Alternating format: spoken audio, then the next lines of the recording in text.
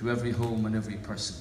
That's why I'm so glad to see so many young people coming back with their experience, being interviewed for jobs here at home, internationally by Skype or by whatever the method of communication chosen is, but they're coming home.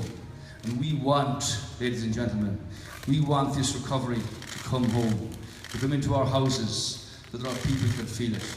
That's our challenge. That's the choice the people must make on Friday. Because we know from 5 years' experience of having had to make really difficult choices, hurtful choices in many cases, and people still hurting.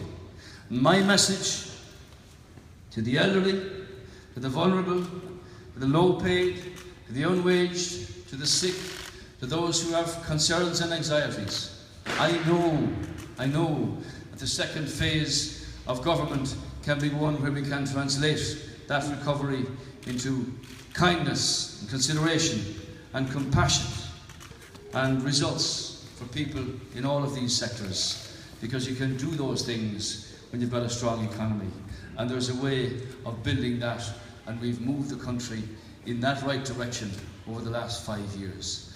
So over the next 5 days, when you go to canvass and knock on the doors, I want to say to you, the dubs are never beaten until the final whistle. We know this to our cost down the west. We're training hard to come back at you, but not to worry, we're good friends on this occasion. I would say to you people, to this great city, our capital city, being transformed before our very eyes. Start out abroad. I want to see Mitchell O'Connor and Bailey. I want you to work for them every minute of every day. I want you to do the same for Madigan and for Shatter. I want you to do the same for Dermody and Brophy and Warren. I want you to do the same for Keating and Fitzgerald. I want you to do the same for Varadkar and for Noon. I want you to do the same for young Rock out there.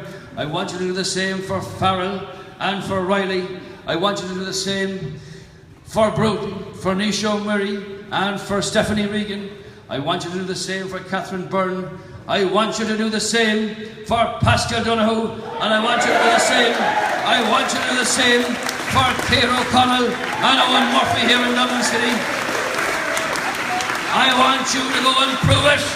Go and prove it. Stand by these people. They will stand by you. Be not ashamed to canvass for any of these candidates, because they will stand up for you, for your family, for your city, for your county, and for our country.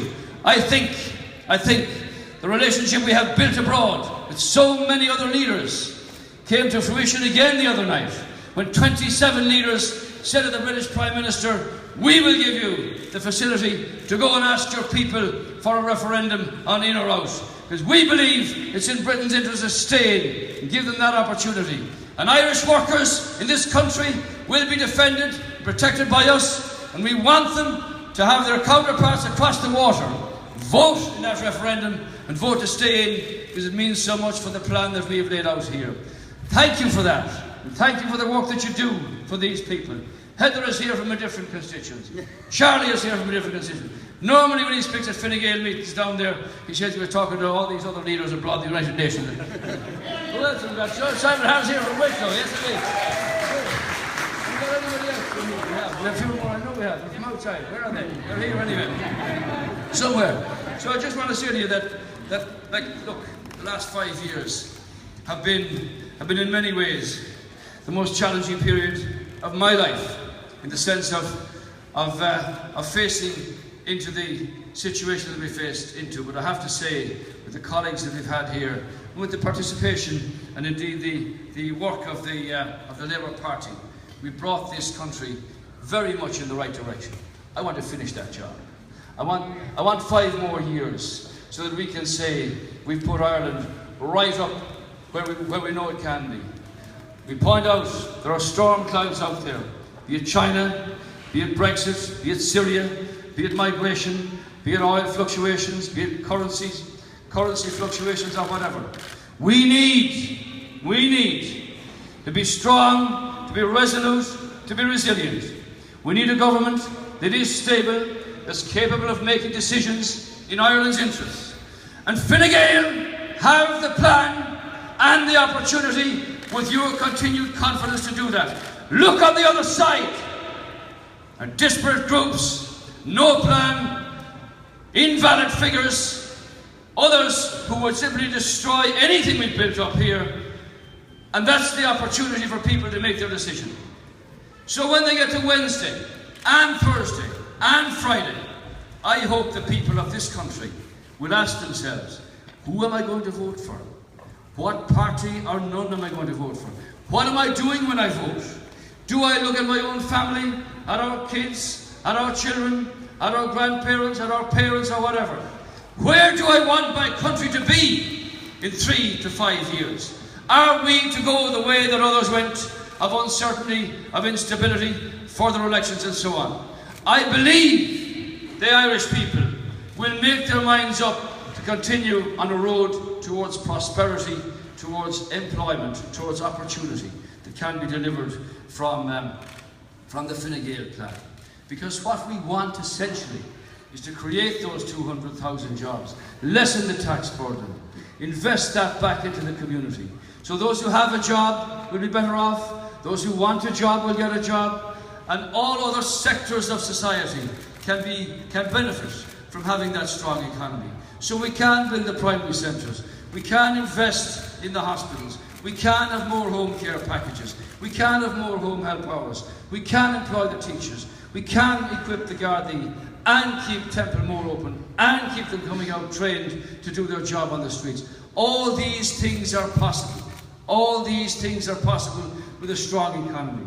I have to say, and pay a compliment to you all for the work that you've done over the last number of years, for the resilience that you've showed, for the way you put up with me, for the decisions that you've made and the way you've introduced this. And I want to see all these other candidates, or as many of them as possible, grace the chamber of the Dáil to speak out for the people of Dublin, to speak out for what our party stands for, to point the way ahead with all the people of our island, all of them, young, not so young, the senior years. Today, at Kilbahan, across the road, the man said, "Will you come and see my mother? Will you come and see my mother?" 95. She sat in her chair. She said, "I was always with you, and I still am." When we were leaving, after all the hassle and the babble and the talk of the lights and the cameras, she said, "Would you like a cup of tea?"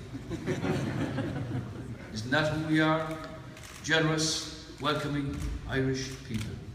We welcome all our new citizens, all those who are working for us, all of those who have taken out our passport, our stamp, our personality, working for us. It's in all our interests, all of us, to see that between here and Friday, 10 o'clock, the people understand the choice that they make. Because I know, in any job you take up, you'll always learn something. And people I suppose often assume that when they get a new responsibility that they think they might know the answers, but they don't. Human nature never changes. It's always got the next challenge, always got the next problem and the next difficulty. And I'd like to think that what's been learned here collectively by these ministers and by others around the table, we can make that change, make that shift. So when you go to battle with those who say, "We were in charge for 14 years and now we're ready again to take charge," don't give them that chance. They wrecked the house before. They're back knocking on the doors now saying, "We're clean again. We've been absolved. Everything is fine. Give us a chance."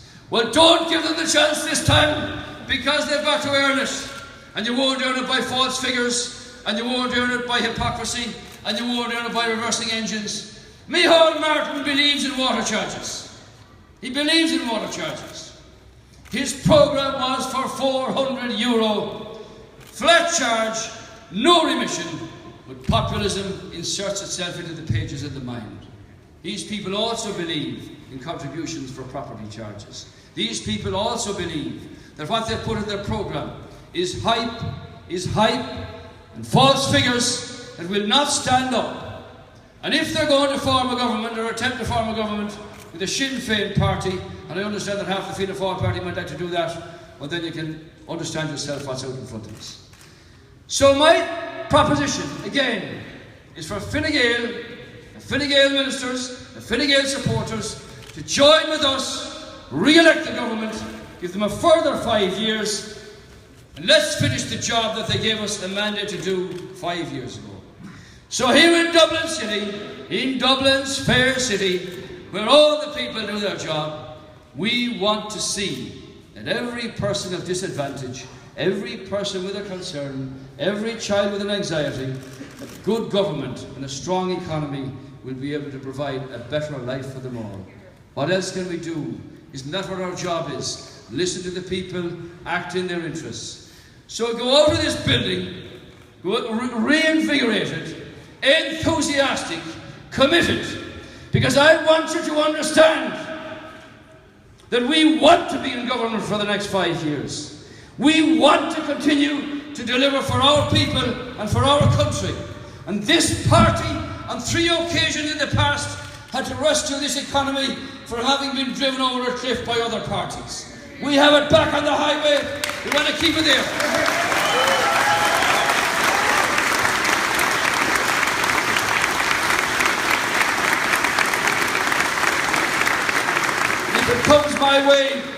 If it comes my way on Saturday to lead this government for the next 5 years, that I will do the same diligence, commitment, perseverance and resilience, but also understanding and consideration and humanity and kindness for the people that we have charge of. That's your challenge. In Dublin, go to it. Do not give up until 10 p.m. on Friday night. 10 p.m. on Friday. Choices then made. Governments govern, the people rule. This is the beauty of a democracy.